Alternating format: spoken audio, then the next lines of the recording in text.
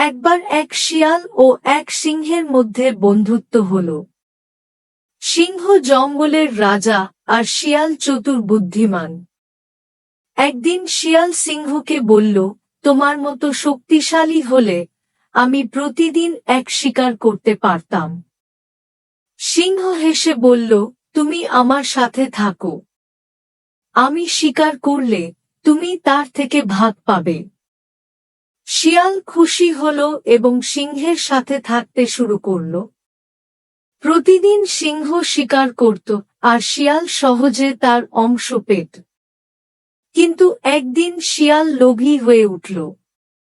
সে ভাবল, আমি নিজেই কেন সিংহের মতো শিকার করতে পারছি না। সে নিজে একদিন এক হরিণকে ধরতে গেল, কিন্তু হরিণটি পালিয়ে গেল। শিয়াল বুঝল, সিংহের শক্তি আর তার বুদ্ধি দুটোই আলাদা। এই গল্পের শিক্ষা, সবার ক্ষমতা একরকম নয়, তাই নিজের সীমাবদ্ধতা বুঝে চলা উচিত।